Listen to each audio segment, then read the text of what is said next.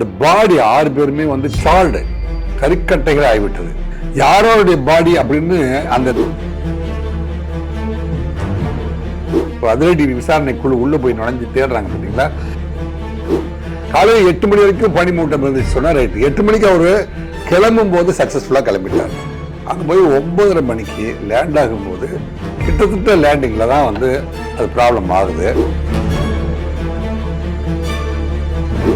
ஒரு என்ஜின் வந்து பழுது அடைந்து விட்டால் விமானி அப்படியே வந்து ஆட்டோமேட்டிக்கா வந்து அடுத்த இன்ஜின் கிட்டத்தட்ட ஸ்டார்டிங்ல இருக்கும். நோ மினிட்ஸ்ல வந்து அடுத்த இன்ஜினை வந்து ஸ்டார்ட் பண்ணிட முடியும். கடைசி நிமிடத்துல அந்த பிளாக் பாக்ஸ்ல என்ன காரணத்தினால விமானியால் தரையிறங்க முடியவில்லை அப்படிங்கிற செய்தி ரீகால் பண்ணி இந்த விபத்துக்கான காரணத்தை அறிவதற்கான முக்கிய தகவல்களை அது பதிவு செய்து கொடுக்கும். அவருடைய கட்சியில் இணைவது அப்படிங்கிற அந்த நிகழ்வு யாருக்காவது நெருடல்களை உருவாக்கி இருக்கிறதா இல்லையா? மும்பையிலிருந்து பாராமதி என்கின்ற இடத்திற்கு தேர்தல் பரப்புரைக்காக ஏடிசியில வந்து ஓகே கொடுத்ததுக்கு அப்புறம் தான் வந்து டேக் ஆஃப் ஆச்சு. இவர்கள் வந்து அந்த பாராமதியில போய் இறங்குகிற பொழுது எத்தனை டிகிரி வெயில் அடிச்சது? மும்பை தட் இஸ் மகாராஷ்டிராவுடைய மாநிலத்துடைய துணை முதலமைச்சர் பயணம் செய்த ஒரு விமானம், சிறிய ரக விமானம். பவார் அப்படின்னா இவங்க தான் பவர் அப்படிங்கிற அளவுக்கு கிட்டத்தட்ட 40 ஆண்டுகளாக வந்து மகாராஷ்டிரா மாநிலத்தில் ஒரு அரசியல் சக்தியாக விளங்கி கொண்டிருந்த ஒரு குடும்பத்தை சேர்ந்த. உங்கள் ஆரோக்கியத்தின் உற்ற நண்பன் ஹெல்தி ஸ்வீட் ஃப்ளார் உடனே ஆர்டர் செய்யுங்கள். 4ஆம் துணை நேயர்கள் அனைவருக்கும் வணக்கம். இன்று நம் நிகழ்ச்சியின் சிறப்பு விருந்தினர் காவல்துறையில சிறந்த விசாரணை அதிகாரியா பணியாற்றி தங்கப்பதக்கம் வென்ற முன்னாள் காவல்துறை உதவி ஆணையர் ராஜேந்திர ராஜா அவர்கள் இணைந்துள்ளார். வணக்கம் சார். வணக்கம். இந்தியாவையே உலுக்கி இருக்கக்கூடிய விமான விபத்து, அதுல மகாராஷ்டிரா துணை முதலமைச்சர் அஜித் பவார் அவர்கள் வந்து உயிரிழந்துள்ளார். இது வந்து இந்திய அரசியல் அமைப்புகள்லயே பாத்தீங்கன்னா பெரிய அதிர்ச்சி ஏற்படுத்திருக்கு. பல தலைவர்கள் வந்து இதுல கண் கலங்கி நின்றுட்டு இருக்காங்க. அடுத்து என்ன பண்ண போறோம் அப்படின்றது கதை தெரியாம அது ஏன் சார் என்ன? ஆமா, இப்போ சற்று நேரத்துக்கு முன்பு நம்ம வந்து டிவியில பார்க்கிற பொழுதுமா இந்திய நாட்டுடைய president of India Droupadi Murmu அவர்கள் கிட்டத்தட்ட கண்களில் நீர் கசிவோடு பேசி ஒரு வாழ்ந்த வருத்தத்தை தெரிவித்திருக்காரு. பாரத பிரதமர் உடனடியாக வந்து ஆழ்ந்த இரங்கலையும் தெரிவித்தது மட்டுமல்லாமல் வந்து டெல்லியிலிருந்து பூனேவுக்கு வந்து ஒரு சிறப்பு புலனாய்வு விசாரணை குழுவை வந்து உடனே அனுப்பி வச்சு என்ன காரணத்தினால இந்த விபத்து நடந்தது அப்படின்னு பார்க்கறதுக்காக அனுப்பியிருக்காங்க. அதில் வந்து மும்பை தட் இஸ் மகாராஷ்டிராவுடைய மாநிலத்தினுடைய துணை முதலமைச்சர் பயணம் செய்த ஒரு விமானம், சிறிய ரக விமானம். இன்றைய தினம் வந்து 28/1/2026 காலை சுமார் 9:15 மணிக்கு வந்து அந்த இதில் மும்பையிலிருந்து பாராமதி என்கின்ற இடத்திற்கு தேர்தல் பரப்புரைக்காக அவருடைய தொகுதிக்கு தேர்தல் பரப்புரைக்காக லோக்கல் பாடி எலெக்ஷன்ல தேர்தல் பரப்புரைக்காக அப்படிங்கிறது வந்து ரொம்ப முக்கியமா இந்த வார்த்தையை பதிவு பண்ண வேண்டியிருக்கு. தேர்தல் பரப்புரைக்காக பயணம் செய்கிறவர்கள் சில பேர் விபத்துக்குள்ளாகிறார்கள் அப்படிங்கிற செய்தி மக்களை வந்து கலக்கம் அடைய செய்திருக்கிறது. அப்படிங்கிறது தான் வந்து இன்றைய தினம் நமக்குள்ள கேள்வியாக ஓடிட்டு இருக்குது. ரைட். இருந்தாலும் ஆழ்ந்த வருத்தம் என்ன அப்படின்னா இவர் வந்து இவருடைய தம்பி தான் வந்து சரத் பவார், தேசியவாத கட்சியினுடைய தலைவர். அவர்தான் தம்பி. ஆமா, அவர் தான் தம்பி. இவர் வந்து அண்ணன். அஜித் பவார் வந்து அவர் என்ன செய்றாரு, 2019ஆம் ஆண்டு அவர் வந்து பாரதிய ஜனதாவுக்கு ஆதரவாளராக போய் அவங்க ஆட்சி அமைக்கும் போது இவர் துணை முதல்வராக வந்து கொடுத்து இவங்க வந்து ஜாயிண்டா ஆட்சி அமைக்கிறாங்க. ஸோ முன்னாடி வந்து எதிர் அரசியல் செஞ்சுட்டு இருந்தவங்க, அதுக்கு பிறகு துணை அரசியல் செய்ய ஆரம்பிச்சவங்க. ஸோ கடந்த கிட்டத்தட்ட மும்பையில் மகாராஷ்டிராவில் மிகப்பெரிய பவார் குடும்பம் தான் வந்து நீண்ட நெடுங்காலமாக பவர் சென்டரா, பேரே பாருங்க பவார் அப்படிங்கிற பேரில் இந்த புரனாலஜின்னு சொல்லுவாங்க. புரனாலஜின்னா எப்படி ப்ரொனவுன்ஸ் பண்ணுறோமோ அப்படியே அது நடக்கும்னு சொல்லுவாங்க. அதன் அடிப்படையில் பார்த்தீங்கன்னா பவார் அப்படின்னா இவங்க தான் பவர் அப்படிங்கிற அளவுக்கு கிட்டத்தட்ட 40 ஆண்டுகளாக வந்து மகாராஷ்டிரா மாநிலத்தில் ஒரு அரசியல் சக்தியாக விளங்கி கொண்டிருந்த ஒரு குடும்பத்தை சேர்ந்த ஒரு கிங் மேக்கரா ஒரு கிங்னா துணை முதல்வர்கள் கூட கிங் தானே. So king makers and kings of Maharashtra அப்பேற்பட்ட ஒரு குடும்பத்தை சேர்ந்த ஒருத்தர் வந்து கிட்டத்தட்ட வயது 1959 அவர் பிறந்திருக்கிறாரு. வயது 66. 8 முறை வந்து அவர் அங்க வந்து துணை முதல்வராக இருந்திருக்காரு. அப்படின்னா தட் இஸ் கிங் மேக்கர். அப்படின்னா கிங்கை வந்து இவர் சொல்றது தான் அவர் கேட்க முடியும். இவர் தான் வந்து ஆலோசகரா ஒரு ஸ்டேட்டை நடத்தி செல்றதுல மிகப்பெரிய முக்கிய பணி, மகாராஷ்டிராவை நடத்தி சென்றதுல மிகப்பெரிய பங்கு வாய்த்த ஒரு குடும்பத்தை சேர்ந்த ஒரு அவரை பார்த்தீங்கன்னா இந்த ஊடகத்தில் பார்க்கிற போது ஒரு வயதான தோற்றம் கூட அவருக்கு இல்லை.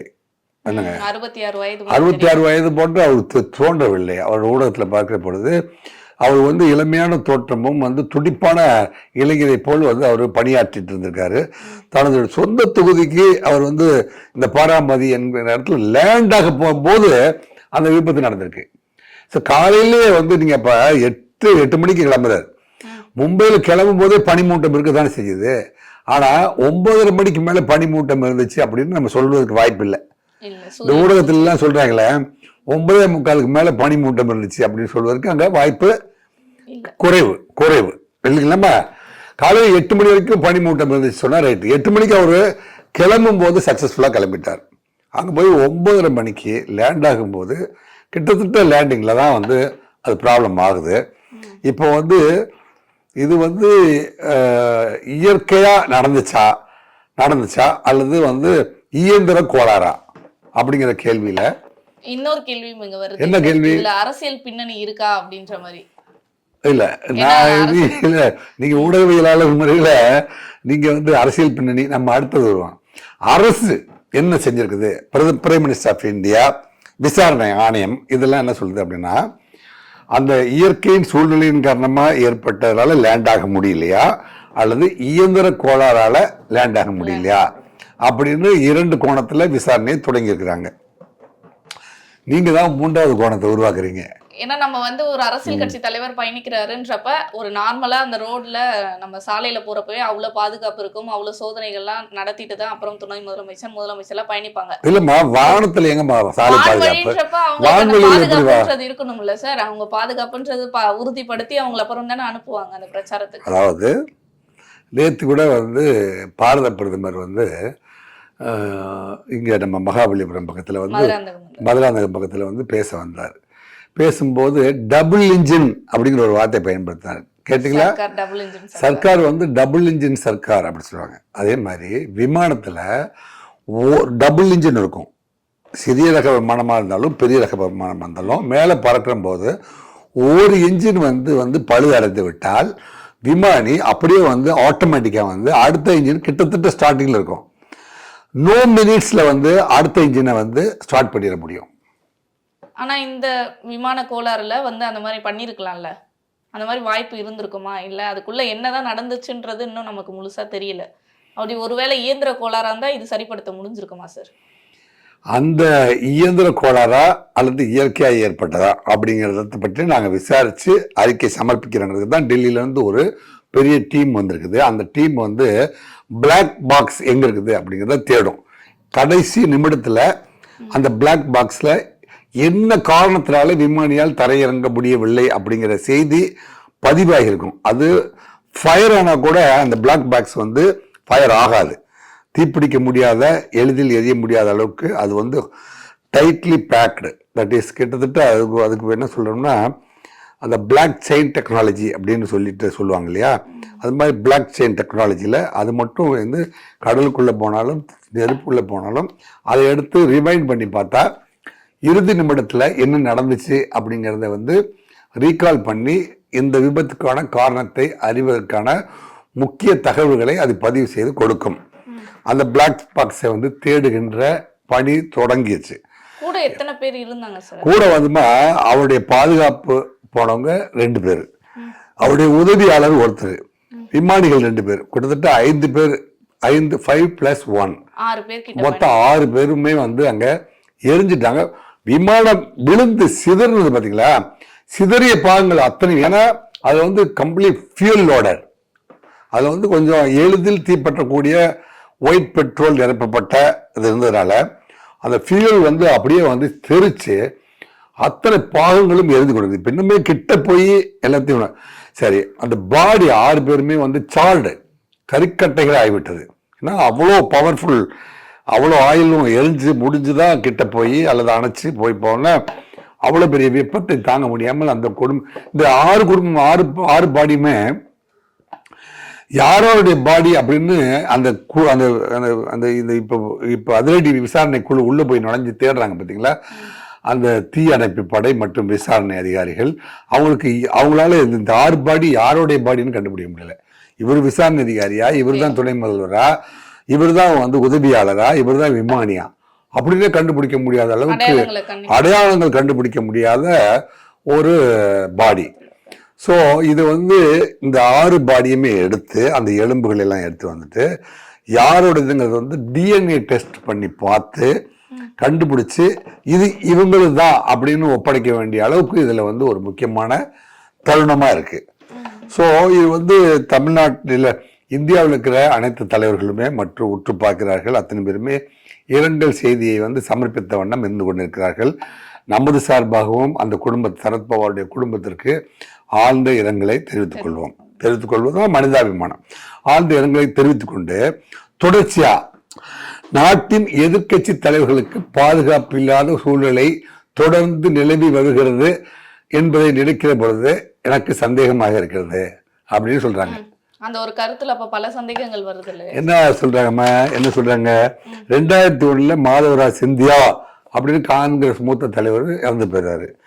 2001 அதாவது 30/9/2001 என்னங்க 2/9/2001 வந்து ஆந்திர பிரதேசில் ராஜசேகர் அப்படிங்கிற முதலமைச்சராக இருக்கும்போதே ஒரு விமான விபத்தில் இறந்து போயிறாரு.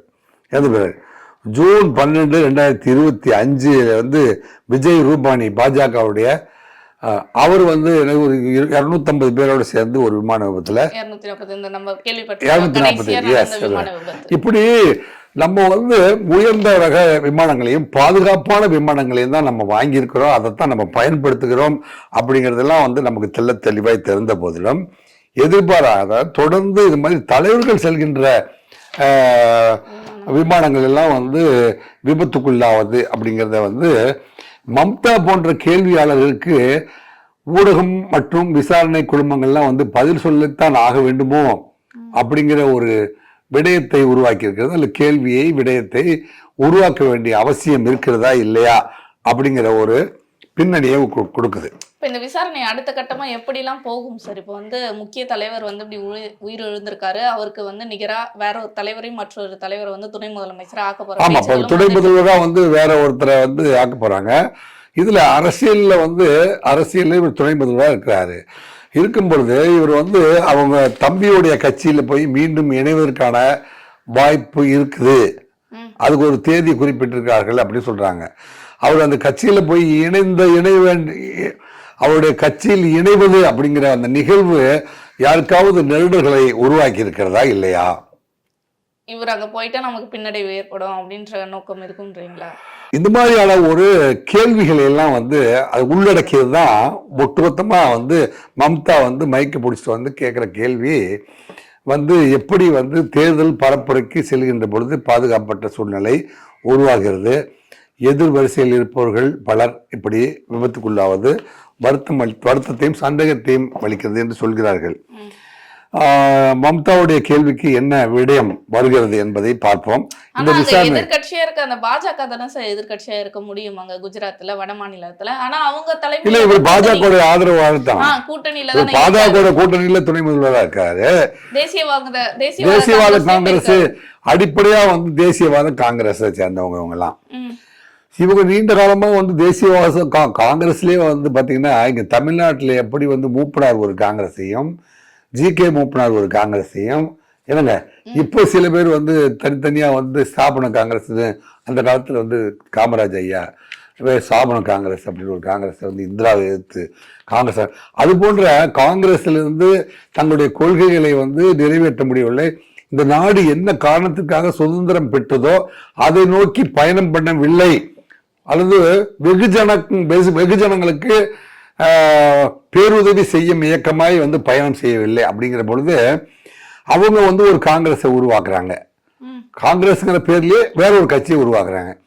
அப்படி உருவானதுதான் தேசியவாத காங்கிரஸ் அப்படிங்கிற சரத்பவார் கூட்டம். அவங்க வந்து அந்த மாநிலத்தை பொறுத்த வரைக்கும் பெரும்பான்மை சக்தி கொண்டவர்களாகவும் அரசியல் பலம் கொண்டவர்களாகவும் தங்களுக்கான ஒரு ஓட் பேங்கை வந்து எப்பவுமே மெயின்டைன் பண்றவங்களாகவும் இருக்கிறாங்க. ஸோ அவங்க குடும்பம் வந்து நீண்ட நெடுங்காலமா அரசியலுக்குள்ள இருக்குது அப்படிங்கிறது ஒரு செய்தி. இது எத்தனை பேருக்கு மகிழ்ச்சி, எத்தனை பேருக்கு வருத்தம் அப்படிங்கறதெல்லாம் வந்து ஆராய்ச்சி செய்வார்கள். ஆனா இங்க இன்னொரு கேள்வியும் வருது இல்லையா சார்? இப்ப தேசியவாத காங்கிரஸ், அந்த காங்கிரஸ்லயே பல கட்சிகளா பிரிஞ்சிருக்காங்கன்னு சொல்றீங்க. அப்ப அந்த காங்கிரஸ் கூட்டணிக்குள்ள இருக்கவங்க பண்ண சதியா இருக்குமா மம்தா அவர்கள் சந்தேகப்படுற மாதிரி? இல்ல இது பாஜக சைட்ல இருந்து எங்க நம்ம கிட்ட இருந்து அந்த கட்சிக்கு போயிடுவாங்களோ அப்படின்ற அந்த முரணால வந்த சதியா இருக்கும்னு நினைக்கிறீங்களா? நம்ம அரசியல் ரீதியா இல்லம்மா, இப்போதைக்கு வந்து நான் வந்து முன்னாள் காவல்துறை அதிகாரிங்கிற முறையில இப்ப வந்து இயற்கையாய் ஏற்பட்ட விபத்தா அல்லது இயந்திர கோளாறால் 2 தான் நான் சொல்ல முடியும். மம்தா உடைய கேள்வி வந்து பெண்ணும் சேர்ந்து கேட்கிற கேள்வி. ஆனால் அது கேள்வியை வந்து ஒத்துக்கொள்ளப்படுகிறது. எனக்கு அந்த கேள்விக்கு வந்து அரசு இயந்திரங்கள் என்ன பதில் சொல்லும் என்பதை வந்து பொறுத்திருந்து பார்ப்போம். ஏனென்றால் நாடே வந்து வேதனையில் மூழ்கி கொண்டிருக்கிற பொழுது அதையும் ஒரு கேள்வியாய் ஒரு பக்கம் வைப்போம். விசாரணை அதிகாரிகள் முதல்ல வந்து இந்த பாடியை கொண்டு போய் DNA டெஸ்ட் பண்ணி அந்த குடும்பத்தில் கொடுத்து அவங்களுடைய மனதை ஆறுதல் செஞ்சு அவங்ககிட்ட அந்த அந்த அந்த ஃபைனல் ரிச்சுவல்ஸ் எல்லாம் நடக்கட்டும். மீண்டும் ஒரு சந்திப்பு ஏற்படுகிற பொழுது நம்ம வந்து இதுக்குள்ள இன்னும் கோளாறுகள் இருந்திருக்கக்கூடுமா, இல்ல மம்தாவுடைய கேள்விகளுக்குள்ள ஏதாவது சூட்சுமம் இருக்கிறதா அப்படிங்கறத வந்து தொடர்ந்து பேசுவோம். ஆனா விசாரணை வந்து இதுக்கு அடுத்து எப்படி போகும் சார்? காவல்துறை விசாரணை எப்படி கொண்டு போவாங்க? இல்லம்மா, டெல்லியில இருந்து இந்த மாதிரியான விசாரணை எல்லாம் வந்து சிறப்பான முறையில் ஏற்கனவே செஞ்ச ஒரு டீம் தான் வந்து டெல்லியில இருந்து இப்போ புறப்பட்டு பூனேக்கு வர்றாங்க. ஸோ பூனேலேருந்து பூனே ஃப்ளைட்டில் வர்றாங்க. வந்தோடனே ஸ்பாட்டுக்கு போயிடுவாங்க. ஸோ எத்தனை மணிக்கு 8 மணிக்கு மும்பையிலேருந்து கிளம்பும்போது இந்த ஃப்ளைட்டை யார் வந்து ஃபைனல் செக்கப் கொடுத்து வந்து அது வந்து ஓகே கொடுத்தது யார், அது வந்து சர்டிஃபை பண்ணணுமா. ஒவ்வொரு ஃப்ளைட்டும் வந்து கிளம்பும்போது ஃப்ளைட்டில் வந்து number 1 engine, number 2 engine, fuel வந்து ஃபில்டு ப்ராப்பர்லி, விண்டு டைரக்ஷன் ஒரு ஏடிசின்னு ஒன்று இருக்குது இல்லைங்க. ஏடிசியில் வந்து ஓகே கொடுத்ததுக்கு அப்புறம் தான் வந்து டேக் ஆஃப் ஆச்சு அப்படிங்கிறது எல்லாம் வந்து 1 by 1 வந்து லிஸ்ட் அவுட் பண்ணுவாங்க. அப்படி லிஸ்ட் அவுட் பண்ணும்போது இந்த இயந்திரத்தில் கோளாறு என்பதற்கான வாய்ப்பு இருந்ததா இல்லையா அப்படிங்கிறத வந்து ஃபர்ஸ்ட் முடிப்பாங்க. அதன் பிறகு இவர்கள் வந்து அந்த பாராமதியில் போய் இறங்குகிற பொழுது எத்தனை டிகிரி வெயில் அடிச்சுது இல்லைங்க, அங்கே இருக்கிற ஏடிசி கிளியரன்ஸ் கொடுத்துச்சா, அங்கே என்ன மாதிரியான கிளவுடு இருந்துச்சா இல்லை வேறு மாதிரி இருந்துச்சா அப்படிங்கிறது எல்லாத்தையும் ரெக்கார்ட் பண்ணுவாங்க. ஸோ இங்கே ஒரு விசாரணை, அங்கே ஒரு விசாரணை, அப்புறம் அது பிரேத விசாரணை. ஸோ தொடர்ந்து ஒரு நீண்ட நெடிய விசாரணைக்கு உட்படுத்தப்படக்கூடிய ஒரு வழக்கு தான் இது.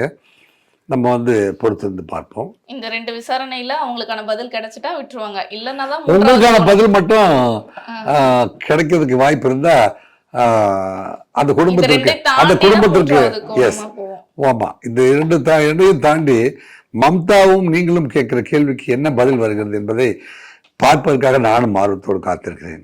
பொறுத்திருந்து பார்ப்போம் சார் இந்த வழக்கு எப்படி எல்லாம் திசை மாறுகிறது. நன்றி. நன்றி, வணக்கம்.